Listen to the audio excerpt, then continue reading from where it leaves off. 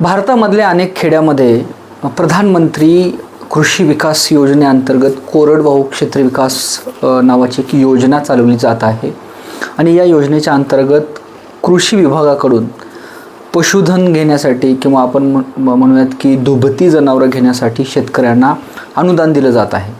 मात्र या योजनेचा लाभ घेण्यासाठी नांदेड जिल्ह्यातील हिमायतनगर तालुक्यातील पोटा या गावी पोटा बुद्रुक या गावातील शेतकऱ्यांना प्रत्येकी 2,500 रुपये इतक्या लाचेची पैशाची मागणी केल्याचा आरोप शेतकऱ्यांनी केला आहे आणि हिमायतनगरच्या कृषी विकास अधिकाऱ्याच्या कार्यालयासमोर त्यांनी उपोषण केलेलं आहे।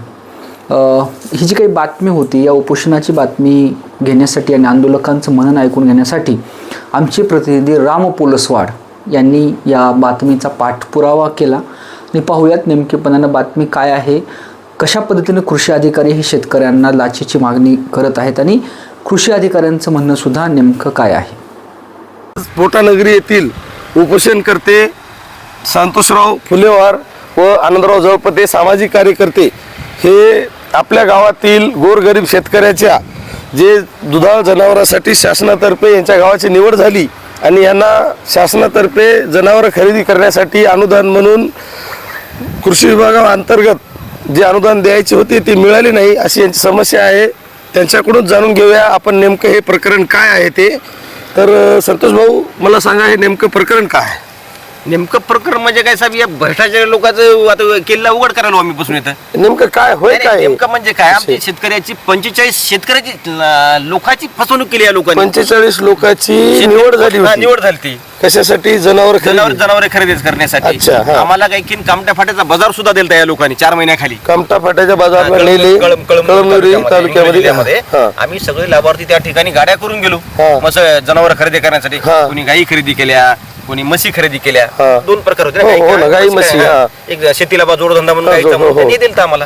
आम्ही खरेदी करून ते जनावर घेऊन गावात आलो आणि तिथं ज्यावेळेस कामटा फाट्याला आम्ही ज्यावेळेस गेलो तेव्हा आम्हाला मग त्याने सांगितले बाबा हे बिल तुमचे काढायचे हात आणि बिल काढण्यासाठी पैसे लागतात। मग आम्ही त्या ठिकाणी सगळ्या शेतकऱ्यांना 2,500 रुपये शेतकरी अधिकाऱ्याला दिले। मिराशी बिल काढण्यासाठी 2,500 त्याने म्हणले आम्हाला तुम्हाला 2-4 दिवसात पैसे टाकतो, 2,500 रुपये लागतात बुवा म्हणले।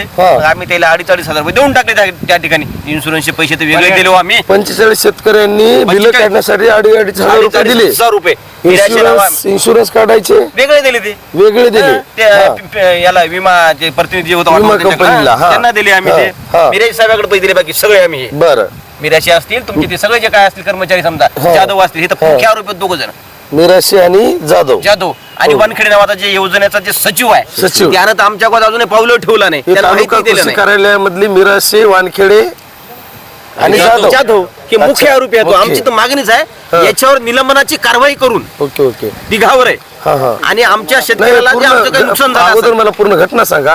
नाही आता हे झालं आम्ही बाजार खरेदी झाली, खरेदी केली आम्ही तुमच्याकडून 2,500 रुपये घेतले बाजारामध्ये, घेतले सुद्धा। आणि त्या बाजारामध्ये आम्ही दाखले सुद्धा काढले, दाखले घेतले आणि यांच्याच उपस्थितीमध्ये जिओ टॅगचे फोटो घेऊन जनावर आम्ही खरेदी केली। पुढचा ज्याच्यापासून आम्ही खरेदी केली ते सुद्धा व्यापारी होता आणि आम्ही लाभार्थी होतो। दोघांचे फोटो जिओ टॅग केले, आमचा फोटो त्यांच्याच मोबाईल मध्ये जिओ टॅग, आमच्या मोबाईल मध्ये अधिकाऱ्याचे त्यांच्या सुद्धा हात जिओ टॅगचे फोटो आहेत। इन्शुरन्स काढलं त्याच बाजारामध्ये भाऊ त्या फल्या इन्शुरन्सचे काढलं काही ना डुकराचं काढलं का तिथं काय मग याने आमच्या सोबत गाडवासोबत फोटो काढले काय याची आमच्या सोबत फोटो नंतर घडलं काय त्याच्यानंतर गावात आलो बाजारामध्ये काढले आम्ही गावात आलो नंतर मग 2 दिवसानं मग 2 दिवसाच्या बाद यांच्या सहाय्यक आहेत पोट्याचा पशुधन विक्री किंवा परिवर्तनाचा दाखला येळकी सगळे आता देणार घेणार तालुका कळमनुरी ग्रामपंचायत कार्यालय खोटा आहे का येळकी तालुका कळमनुरी जिल्हा हिंगोली। बरोबर आहे, गणेश कोंडबाराव जगदाळे। मग काय झालं, मग 2 दिवसाच्या बाद त्यांनी हे असे पूर्ण जणांचे दाखले आहेत त्यांच्याजवळ। लाभार्थ्यांनी बाजारामध्ये प्रशासकीय अधिकाऱ्यासमोर जनावर खरेदी केले, जिओ टॅग केले आणि तिथून दाखले सुद्धा घेतले मग त्याच्यानंतर काय घडलं? गावात त्याच्या 2 दिवसानं चाचणी नावाचा कर्मचारी त्यांनी वाट लावला, त्याचे करशी साई खामचा पोट्या राऊंडचा. हा. मग त्याने सगळ्याचे काही काही अकाउंटचे नंबर, आधार कार्ड, हे सगळे समजा त्यांनी ते जे अनुदान जमा करण्यासाठी. अनुदान जमा सगळे कागद घेऊन आले. हा. 8 दिवस झाले, 15 दिवस झाले, पैसे काही जमा करणार गेले ना. हा. मग आम्ही एका एकाने पैसे आलो आम्ही साहेब, पैसे काय जमा करणार. ते म्हणले बुवा त्या ठिकाणी तुम्हाला आम्ही 30-30 हजार रुपये अनुदान द्यालो आणि 2,500 रुपयात कसं होईल बुवा, आम्हाला वरिष्ठाला वरी पैसे द्यायचे आहेत. अच्छा. हा, मग ते पैसे कुठून देऊ आम्ही? तुम्ही दिले तर आम्ही त्याला पैसे देईल ना. त्यासाठी अजून आम्हाला त्याने 2,500 रुपयाची मागणी केली या लोकांनी. परत 2,500 रुपयाची मागणी केली आता तुम्हाला. आम्ही पहिलेच 2.5 दिले, जनावर तर खरेदी लोकांचे पैसे काढून जरा जनावर खरेदी केली बाजारामध्ये. ते परेशानी आमची. ते काही ज्याचे खरेदी आम्ही पैसे घेतले ते फोन करायला आम्हाला, अरे बाबू तू 2 दिवसात पैसे देतो, 4 दिवसात देतो, कोणी 5%, कोणी 10%, कोणी 15% पैसे घेतले होते ना आम्ही. ते आता ते परेशान करायला आम्हाला, तू 2 दिवसात पैसे देतो, काय तरी पैसे दिले नाही, हे तर परेशान करायला. हे अजून 2,500 मागायला दुसरे. आता आमच्याजवळ काहीच नव्हतं लाभार्थ्याजवळ, आम्ही काही ते 2,500 देऊ शकलो नाही, म्हणून येणं काय आम्हाला पैसे दिले नव्हतं ना आमच्याकडे. आम्ही काय करू शकणार होतो? की पहिले एकच पर्याय, उपोषणाला बसलो आम्ही, एक तर आम्हाला न्याय त्याने देऊ, पैसे देऊ. एकंदरीत किती लाभार्थी आहे? 45 लाभार्थी होता. 45 लाभार्थी सही आहे. हो, पोटागावचं. पोटा बुजुर्गचे आहेत सर. बरं. बरं, संबंधित अधिकाऱ्यांना आम्ही विचारणा केली असता ते म्हणतात की यांनी खरेदीच केली नाही, आम्हाला पैसे टाका, हे असं. तर मग आता हे मोबाईल मधले फोटो दाखवू तुम्हाला आम्ही याच्यासोबतची खरेदी. नाही ते चौकशी आणखी तर होईलच, पण आता तुमच्याकडे ते फोटो हे होतील तर त्यावर तुमचं मत काय आहे? नाही, आता यांना कसं आहे, भ्रष्टाचार करायचं आहे ना. हा, तुम्हाला सांगतो 2023 चे 2.5 लाख रुपये लोकांनी खाल्ले आमच्या पोटा बुजुर्गचे. 2.5 लाख 2.5 लाख रुपये खाल्ले. म्हणजे नाही आम्हाला कापूस उत्पादन संशोधन म्हणून आम्हाला काय की 100 बॅगा द्या म्हणून शासनानं यांना पैसे दिले. 100 शेतकऱ्याची निवड करा म्हणून. प्रति शेतकरी 2,500 रुपये द्या. ते 2023 ला दिले. ते पैसे एकाही पोटा बुजुर्गच्या शेतकऱ्याला लोकांना दिले नाही. लाभार्थीच्या खात्यात वितरित ते केले पैसे पहिल्यांदा खाऊन टाकले 2.5. आता तिला वाटलं बा तेव्हा 2.5 खाल्ले, आता काय तेव्हा 2.5 खाल्ले, कोणाला खबर लागलीच नाही. तेव्हा आता 100 लाभार्थ्याला द्यायचे होते. आता तर 45 लोक आहात. त्याच्यासाठी जे 10-15 लाख रुपये जर खाल्ले तर आपल्या राईटच व्हायला यायचा कार्यक्रम.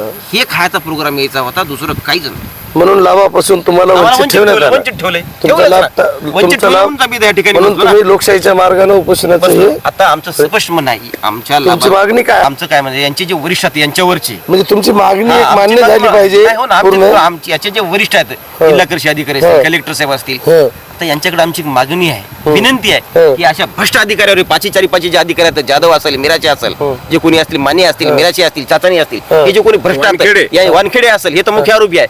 याच्यावर सगळं निलंबनाची कारवाई करून जे आमच्या शेतकऱ्याची फसवणूक केली, शासनाचे पैसे न देता यांच्या पगारीमध्ये कपात करून आम्हाला ते लाभ द्यावे तेव्हा. अच्छा, ही आमची मुख्य मागणी आहे. तुमची मुख्य मागणी आहे. जोपर्यंत तुमची आता मागणी जोपर्यंत मान्य होणार नाही तोपर्यंत आमचं उपोषण चालू जोपर्यंत राहील. आमची मागणी मान्य होणार आहे तोपर्यंत आम्ही येतच राहील. एक तर आमचे लाकडं जमा करायला लागतील, ते घरी जातील. आता तुम्ही यांचे शेत बघा, आता या सगळ्या अधिकाऱ्यांची, सगळ्या शेतकरी आहेत हे सगळे अधिकारी, यायचे शेतात जाऊन बघा तुम्ही. येईन कोण्याच दुकानामध्ये DAP खत विकत घेतलं नाही, कोण्याच दुकानामध्ये युरिया खत विकत घेतलं नाही. येथूनच येणं भरले खत सगळं डायरेक्ट. आता याच्या शेतामध्ये तुम्ही सगळ्याच्या शेतामध्ये शासनाचाच माल भेटेल. शासनाचं जे 100% माल आहे याच्यातून. शेतकऱ्यासाठी वाटप करा म्हणून शासनाकडून जे बियाणं, औषधी, खत, फवारणी पंप, हे जे काय हे भेटतात ते जास्तीत जास्त यांच्या स्वतःसाठी वापर केला, यांच्या नातेवाईकांसाठी वापर केला असं म्हणायचं आहे तुम्हाला. एवढं. आणि तुम्हाला सांगतो, आम्ही सकाळपासून बसलो, तालुक्यातले जवळपास 100 आमच्या पैसे लाभार्थी असेच परेशान हो शेतकरी. कोणाला पंप दिला याने तर काही 500 रुपये दे, तो बिल काढतो. तू काही GSTचं बिलच आणला नाही, GSTचं बिल दिलं तर काही सहीच नाही, शिकाच नाही, सगळंच आहे करेक्ट आहे, पण काही ना काही झेरॉक्सच नाही, तू याला अकाउंट जोडला नाही, आधारच जोडला नाही, असं काही ना काही कारणानं याला लोकांना सारखं परेशान करण्यामध्ये आता जवळपास सकाळपासून फायलो आम्ही 100 लोकांना आम्हाला येऊन ते समस्या चांगले 100 लोकांच्या तालुक्यात 100 लोकांनी अशा अडचणीचे, म्हणजे इतकं भयानक आणि इतकं भ्रष्टाचारी कार्यालय आहे हे. आपण बघू शकता, हे पोटानगरीचे सामाजिक कार्यकर्ते गोरगरीब शेतकऱ्याची बाजू घेऊन आज इथं तालुका कृषी कार्यालयासमोर आले आणि त्यांच्या उपोषणाला ते आज सुरुवात केली. तर आज सकाळपासून ग्रामीण भागातले दुसरे 100 तक्रारदार इथं यांच्यासमोर त्यांच्या समस्या मांडून गेले. त्यांचं सुद्धा उदाहरण यांनी सांगितलं. तर आपण बघू शकता की आज या हिमायतनगर कृषी कार्यालयामध्ये काय सावळा गोंधळ चालू आहे. अधिकारी कसं झोपेचं सोंग घेत आहेत आणि हे पहिले 2,500 45 जणांची घेऊन जिओ टॅगिंग करून परत यांना अनुदानापासून वंचित ठेवून परत दुसऱ्या 2,500ची मागणी करणं हे कितपत योग्य वाटते. पुढील प्रशासन आता हे याच्यानंतर नेमकं पुढचे वरिष्ठ अधिकारी काय भूमिका घेतील, नेमकं काय चौकशी करतील आणि हे संबंधित कर्मचाऱ्यावर कुठली कारवाई केल्या जाईल हे आता बघण्यासारखी बाब आहे. कारण हा एकाच गावचा विषय आहे. तालुक्यामध्ये असे तर 60-62 गावं आहेत, तर आता बऱ्याच गावात आणखीन काय काय सावळा गोंधळ आहे हे काय निश्चितपणे आणखी सांगता येत नाही. राम गुंडेकर त्यांच्याकडून काही मत व्यक्त जाणून घेऊया. हे उपोषणाला बसले, हे तुमचं मत काय यांच्या उपोषणाच्या याच्यावर, तुमचा काय पाठिंबा?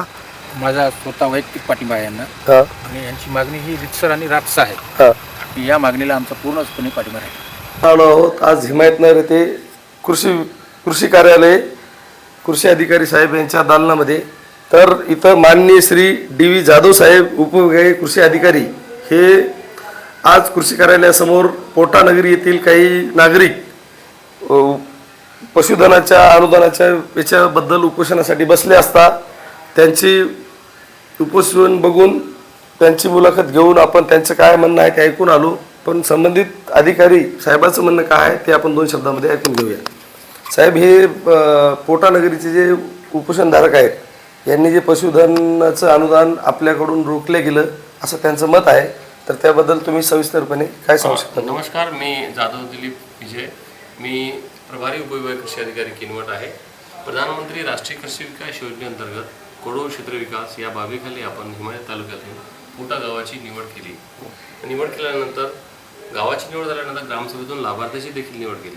निवड केल्यानंतर खरेदी प्रक्रिया पूर्ण पशुधनाची खरेदी प्रक्रिया ही जिल्ह्याच्या बाहेरच्या बाजारामध्ये पूर्ण करण्यात आली. त्यानंतर संबंधित लाभार्थ्यांनी पशुधन आपल्या गावामध्ये घेऊन जाणे, आपल्या गोठ्यामध्ये ठेवणे. त्यानंतर तपासणी अधिकारी यांनी भूस्थानांकन छायाचित्रे लाभार्थ्यासोबत पशुधनाचा फोटो घेऊन अनुदानाची कारवाई करणे अपेक्षित आहे. परंतु वारंवार आमचे तपासणी अधिकारी गावामध्ये जाऊन देखील सदर संबंधित लाभार्थ्यांनी पशुधन आम्हाला तपासणीसाठी आमच्या अधिकाऱ्यांना उपलब्ध करून दिले नाही. त्यामुळे अनुदानाची कारवाई पुढे करता आली नाही. मग हे अनुदानापासून वंचित म्हणजे अनुदानाची कारवाई करता आली नाही, मग त्याच्यानंतर पुढील प्रक्रिया काय झाली? म्हणजे त्यानंतर वारंवार 2-3 शेतकऱ्यांना आम्ही 2-3 वेळेला गावात भेट घेऊन नोटीस देऊन त्या लाभार्थ्यांना कुठलाही प्रतिसाद तुम्ही मिळालेला गेले नाही. पोटानगरीमध्ये गेले? माझे अधीनस्थ जे तपासणी अधिकारी जे संबंधित 2-3 वेळा जाऊन संबंधित लाभार्थ्यांची भेट घेतली. त्यांनी पशुधन गावात न आल्यामुळे त्यांनी आम्हाला उपलब्धच करून दिले नाही. त्यामुळे 2-3 वेळा नोटीस दिल्यानंतरही 2-3 महिन्याचा कालावधी होऊन गेला. पुढचा मार्च महिना लक्षात घेता 3 महिन्याचा कालावधी आमच्याकडे शिल्लक होता आणि शासनाचा निधी वेळेत खर्च करणे अपेक्षित असल्याने इतर गावाची निवड आम्ही केली. इतर गावाचा आराखडा तयार केला, त्याची मान्यता घेऊन त्या गावातील लाभार्थ्यांची खरेदीची प्रक्रिया आणि अनुदानाची प्रक्रिया आम्ही पार पाडली. त्या ठिकाणी आम्हाला कुठेच अडचण आली नाही. या पोटा गावातील लाभार्थ्यांनी जर वेळेतच आम्हाला जर पशुधन तपासणीसाठी उपलब्ध करून दिले असते तर आम्ही त्यांना अनुदानाची कारवाई निश्चित आम्ही केली असती. त्याच्यामध्ये माझ्या कार्यालयातल्या कुठल्याही कर्मचाऱ्यांकडून दिरंगाई झालेली नाही. लाभार्थ्यांनी आम्हाला पशुधन उपलब्ध न करून दिल्यामुळे आम्हाला पर्यायाने दुसऱ्या गावाची निवड करावी लागली. आम्ही त्यांना आता विचारणा केली तर ते म्हणतात की बा संबंधित तुमच्या कार्यालयाचे अधिकारी आले, जिओ टॅगिंग केले, त्यांच्याकडे काही पुरावे आहेत असं त्यांचं म्हणणं आहे. माझ्या गावातील माझ्या अधीनस्थ जे कर्मचाऱ्यांनी गावामध्ये गेले, त्यांनी नोटीस संबंधित लाभार्थ्यांना दिली, त्यांचे रिसिव्ह घेतल्या. रिसिव्ह घेतल्यानंतर त्या संबंधित लाभार्थ्यांना वेळ दिला. सरपंचांचा आणि त्या गावातील संबंधित लाभार्थ्यांशी आमचा संपर्क साधला. त्यांनी आम्हाला वेळेत उपलब्ध करून दिले नाही. आम्हाला बराच वेळ त्यांना कालावधी आम्ही संधी दिली. त्यानंतरही आम्ही उशीर झाल्यानंतर आम्ही दुसऱ्या गावाची निवड केली आणि आमदार दुसऱ्या गावाची निवड करून बाकीची प्रक्रिया खरेदीची प्रक्रिया पूर्ण केली. मग आता ते संबंधित लाभार्थ्याकडून तुम्ही रिसिव्ह घेतले, त्या रिसिव्हचं काय झालं? रिसिव्ह आमच्याकडे आताही आहेत ना, तुम्हाला दाखवतो आम्ही, आता लगेच तुम्हाला देतो, काही अडचण नाही. आणि तिथे काही लाभार्थ्यांना आम्ही पत्र नोटीस दिल्यानंतर संबंधित 2-3 लाभार्थ्यांनी आम्हाला लाभापासून वंचित ठेवतील म्हणून त्यांनी नोटीस आमच्याकडे समोर फाडून टाकल्या. लाभार्थ्यांनी नोटीस फाडून टाकल्या. कारण त्याच्यामध्ये आम्ही असं लिहून दिलं होतं की आम्ही 3 दिवसात जर तुम्ही पशुधन आम्हाला रद्द करून दिलं नाही तर आम्ही नाही का तुमची निवड रद्द करू. त्याच्यानंतर ते लोकांनी आमची निवड रद्द होते असं समजून, परंतु आम्हाला पशुधन उपलब्ध दाखवायला तेव्हाही उपलब्ध करून दिले नाही. आणि त्या भीतीपोटी आणि त्या शेतकऱ्यांनी ते नोटीस आमच्या कर्मचाऱ्यांना रिसिव्ह दिला आणि फाडून टाकल्या. आमची घेतलेली रिसिव्ह पण काही लोकांना फाडायला लावली. तुमचे घेतलेले रिसिव्ह पण काही लोकांना फाडायला लावली. माझं म्हणणं एवढंच आहे की लाभार्थ्यांनी निश्चित जर खरेदी गावामध्ये पशुधन आणलं असते तर आम्हाला दाखवायला काहीच अडचण नव्हती. हो ना. आम्हाला जर दिले तर आम्ही निश्चित शेतकऱ्यांना सहकार्य करून त्यांची अनुदानाची प्रक्रिया पार पाडली असते. काय विषय नाही. कोणते सगळे अनुपत्रिकेमध्ये त्या बंधपत्रामध्ये असं नमूद करून दिलंय आम्ही की तपासणी अधिकाऱ्याला वेळोवेळी हे पशुधन आम्ही त्यांना तपासणीसाठी उपलब्ध करून देऊ असं बंधपत्रामध्ये त्यांनी स्वतः स्वाक्षरी करून इतर शेतकऱ्यांच्या समक्ष त्यांनी आम्हाला मसुदा तयार करून बंधपत्र तयार करून दिलेलं आहे आणि ते माझ्या समोर आहे आणि आपल्याला मी उपलब्ध करून दिलेलं आहे आणि याची शेतकऱ्यांना वारंवार जाणीव करून दिलेली आहे. हे वाचल्यानंतर त्यांनी सह्या करून दिलं. त्याच्यामुळे त्यांच्यापासून कुठलीही गोष्ट मार्गदर्शक सूचनेमधली एखादी बाब आम्ही लपवून ठेवली असं कुठंच घडलेलं नाही. या सगळ्या तर हे होते डी.व्ही. जाधव सर, प्रभारी उपविभागीय कृषी अधिकारी किनवट डिव्हिजनचे आणि संबंधित कृषी सहाय्यक कृषी अधिकारी हिमायतनगरचे. यांचं म्हणणं आहे की बा संबंधित शेतकऱ्यांना योजनेपासून वंचित ठेवण्याचा आमचा कुठलाही हेतू नव्हता, पण संबंधित शेतकऱ्यांनी यांना सहकार्य केलं नाही, खरेदी प्रक्रिया पूर्ण केली. पण ज्याप्रमाणे बंधपत्राच्या अधीन राहून तपासणीसाठी अधिकारी गावाकडे गेले असता त्यांनी गोठ्यामध्ये जनावर दाखवणे हे आवश्यक होते, पण ते दाखवू शकले नाही. त्यामुळं त्याचे संगोपन करणं आणि त्यांचं ते देखभाल करणं आणि त्यांची बाकीच्या गोष्टी करणं हे त्यांनी शेतकरी जबाबदार आहेत त्या गोष्टीला. त्यांनी संबंधित कर्मचाऱ्यांना संबंधित गोठ्यामध्ये दुधाळ जनावर गाई असो म्हशी असो जे अनुदानासाठी पात्र होते ते दाखवू शकले नाही. त्यामुळे समोरील उपोषणकर्त्यांना सुद्धा येणाऱ्या काळामध्ये परत गाव निवड सूचित घेण्याचं आश्वासन सुद्धा ऑफिसतर्फे देण्यात आलं असं साहेबांचं मत आहे. तर मी महाराष्ट्र जीवन न्यूजसाठी नांदेड जिल्हा प्रतिनिधी राम पोलसवाड, कॅमेरा पर्सन गंगाधर नरवाडेसोबत. तर आपण पाहिलं महाराष्ट्र जीवन न्यूजची बांधिलकी ही नेहमी इथले शेतकरी वर्गाशी राहिलेली आहे. जनसामान्याची पत्रकारिता महाराष्ट्र जीवन न्यूज खऱ्या अर्थानं करत आलेला आहे. हिमायतनगर तालुक्यातील पोटा बुद्रुक गावचे जे शेतकरी आहेत ते एकीकडं कृषी विकास अधिकाऱ्यावर कृषी अधिकाऱ्यांवर त्या ठिकाणी आरोप करतात की त्यांनी प्रत्येकी 2,500 रुपये इतकी लाचेची मागणी केलेली आहे. आणि कृषी विकास अधिकारी एकीकडे म्हणतात की पोटा गावचे जे ग्रामस्थ आहेत त्यांनी अधिकारी त्या ठिकाणी गेल्याच्या नंतर जिओ टॅगिंगसाठी म्हणा किंवा त्यांना अनेक वेळा वेळ देऊनसुद्धा संधी देऊनसुद्धा त्यांनी पशुधन दाखवलेलं नाही आणि थोडक्यात सांगायचं झालं तर ते या योजनेच्या निकषामध्ये बसत नाहीत. शेतकऱ्याची बाजू खरी आहे की त्या ठिकाणी आपण पाहूया की कृषी अधिकाऱ्यांची बाजू खरी आहे हे येणाऱ्या काळामध्ये निष्पन्न होणारच आहे. मात्र सातत्यानं शेतकऱ्याचं जे होणारं शोषण आहे किंवा शेतकऱ्यांकडून अशा प्रकारे लाचेची मागणी करणं, पैशाची मागणी करणं हे अधिकारी म्हणून कुठेतरी कृषी अधिकाऱ्यांना शोभण्यासारखं नाही. आणि अशा पद्धतीने शेतकऱ्यांना जर आंदोलनाला बसावं लागत असेल तर ही नक्कीच गंभीर बाब आहे. या सगळ्या बातमीचा आणि घटनेचा पाठपुरावा केला आहे राम पोलसवाड यांनी. महाराष्ट्र जीवन न्यूज ब्युरोसाठी मी विक्रांत शंके. धन्यवाद.